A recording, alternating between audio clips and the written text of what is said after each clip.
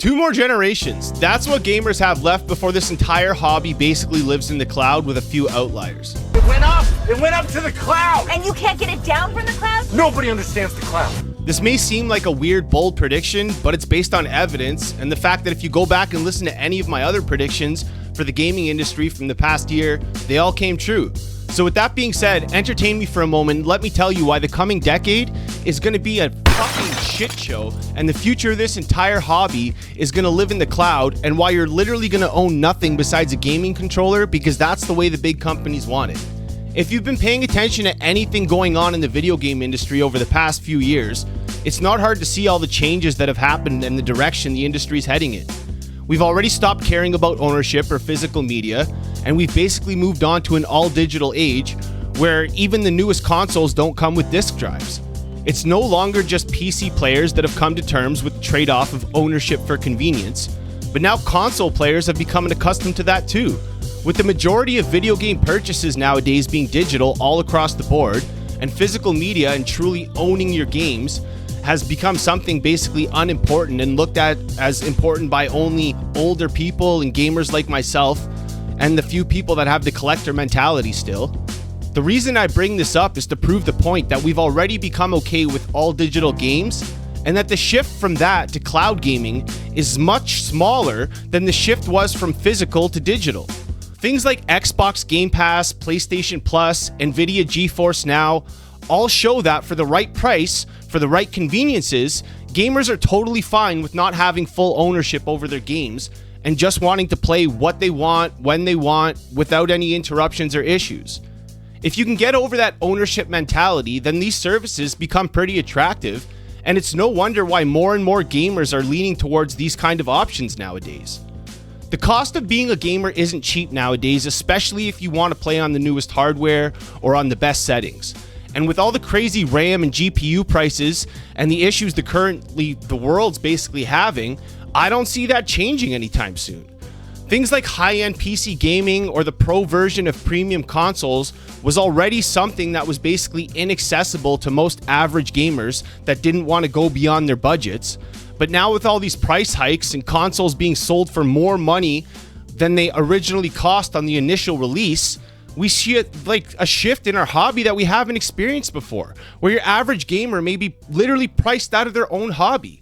What do you think the next gen console will cost when a PS5 Pro is already 1,000 Canadian dollars or 700 Freedom bucks? We could be looking at the next gen consoles costing close to 1,000 USD.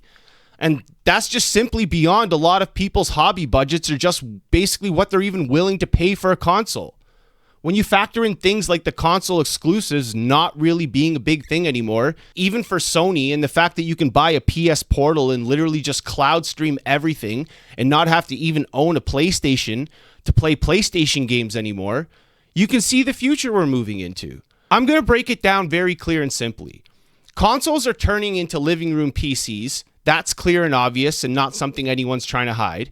PC hardware and console hardware prices are rising so fast that they're becoming more than what a lot of people are willing to pay. Companies sell consoles at a loss so that they can get you into their ecosystem and make money off all the games and additional hardware you purchase.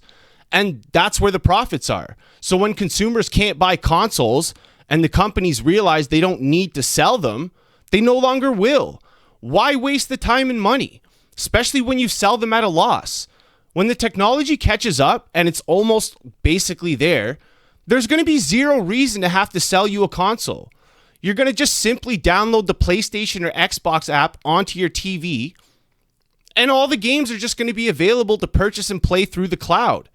There will be like a niche living room box and hardware for the people who insist on being able to play their games offline, but I feel the large majority of the population would eventually be fine with only having to purchase a controller to play your video games on a free PlayStation app on your TV, which I think to a lot of people, when they look at their wallets and budgets, is going to be a lot better than buying a piece of hardware that the stores sell you, where you just end up buying rented digital games on anyway.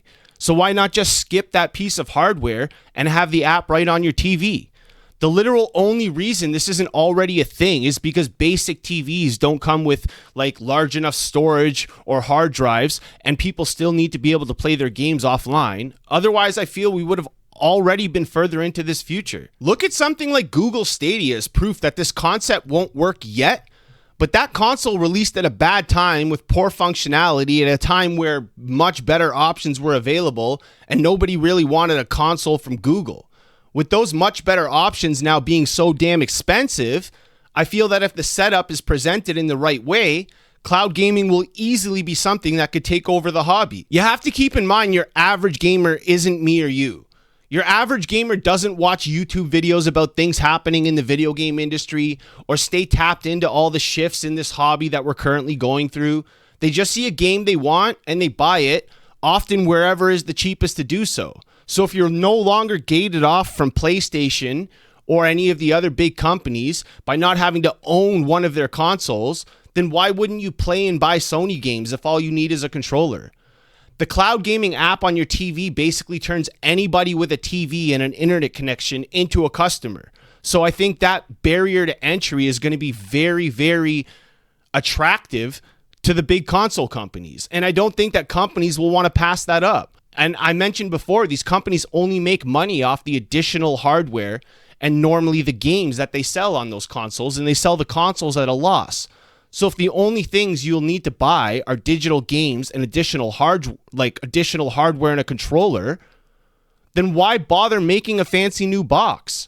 I know it sounds wild, but when your average GPU costs more than a mortgage payment does nowadays, I think these cheaper cloud options are going to become much more attractive. I know how crazy it all sounds, but if you even back up 10 years ago, if you told somebody, anybody, that video game consoles wouldn't even have disk drives anymore, you'd have probably a hard time believing that. Or if I told you something like Halo would be on PlayStation, or that consoles would cost more a year after launch than they did on release, all of these things would be like, what? I don't believe that. But all of these things are just proof at how fast the industry can shift and change. I think the only outlier will be Nintendo, as they've always kind of been in their own lane, and now you can see even things like game key cards and cloud games available on the Switch too, so even they're kind of moving in a weird direction. The only defense basically is that they are like a hardware company first, and they always make sure that you have to kind of use that hardware in a new fun way to interact with the console. So I feel as though they probably will stick around as a traditional video game box much longer than everyone else.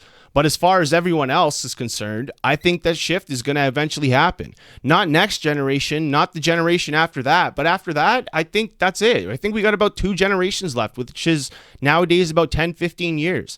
And like I said, look back 10, 15 years ago at even what was happening in the industry. If I would have told you and you would have seen what's happening now, you probably wouldn't have believed it.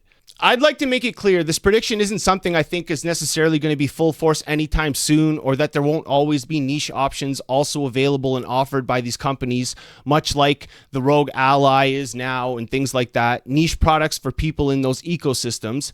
And that's what I think a traditional living room console will eventually be. A niche storage option for those who don't want to always have to play online or want to have that kind of feeling of ownership, even though those digital games aren't owned. When people hear cloud gaming, they always think the argument is about latency or image quality. It's not. That stuff gets solved, and it basically already is now.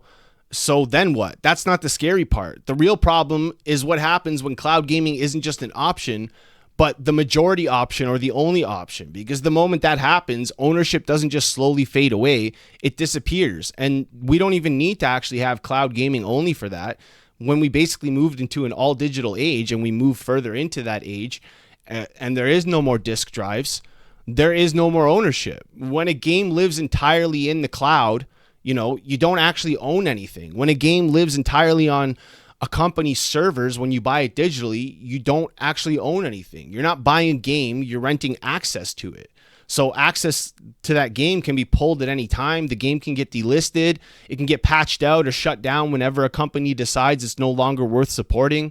It just happened to Anthem. It's finally closed down as of January 26, right? There's no discs. There's no local install. There's no way to go back and play the game exactly how it was.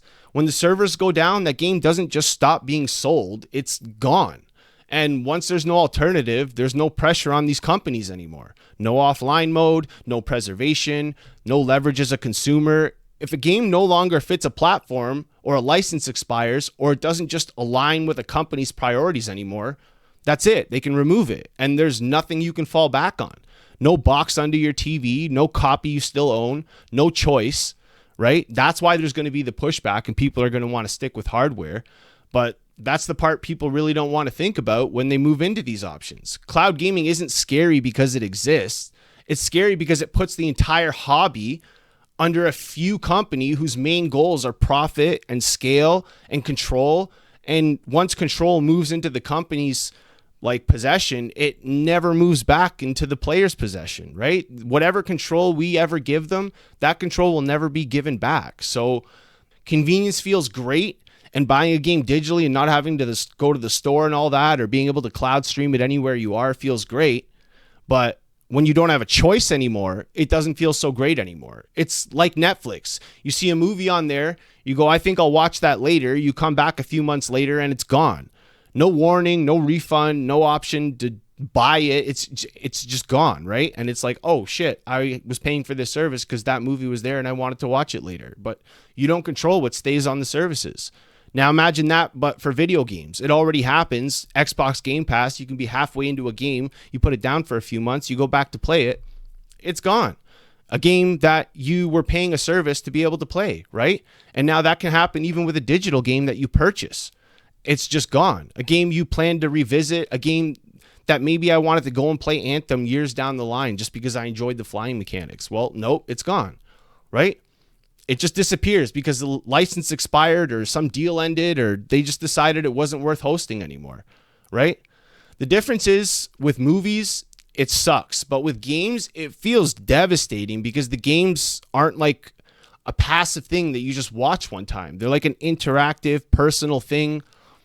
Sometimes you put years of progress or memories into it and then that just disappears. So that doesn't feel good.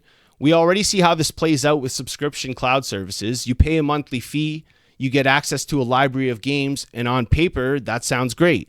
But then it's not about access anymore. It's about limits, session caps, play restriction, priority tiers, pay more to wait less time, pay more to play longer. That's the part people should worry about because once everything goes fully cloud-based and digital-based, those kind of limits stop being like optional features that some people fall into and become like the default. Time played in your game becomes like a resource. Access to your game becomes a resource. They can throttle how much you play depending on how much you pay. This doesn't sound good. And the more normalized that gets, the easier it is to keep pushing that line further and further. When your game lives on someone else's servers, they don't just control what you play, they control how long you're allowed to play it. And that's the future people aren't thinking about when they say like cloud gaming is convenient. So like most of my videos, this entire video and this entire idea was inspired by a convo I had with a friend, a couple friends actually. One who believes that eventually the entire hobby will just live on the cloud, and another with whom I'm happily having an argument with still currently, that he says the trade-offs are worth it for not having to purchase things. And when I asked him, I'm like, are you not really thinking about this deeply? He goes, hey man, the games run smooth and it's cheaper than buying expensive hardware. So if that's convenient, that's what I'm gonna do. And I think that's gonna be your average gamer's mentality, and that's not good because that's gonna make it easier and easier for these companies to have full control.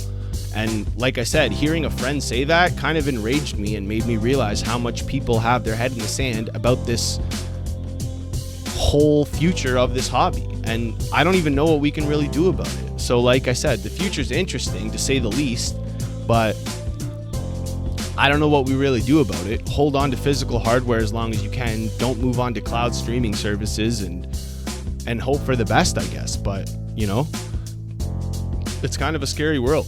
Speaking of friends in the future, I want to say a big thank you to everybody.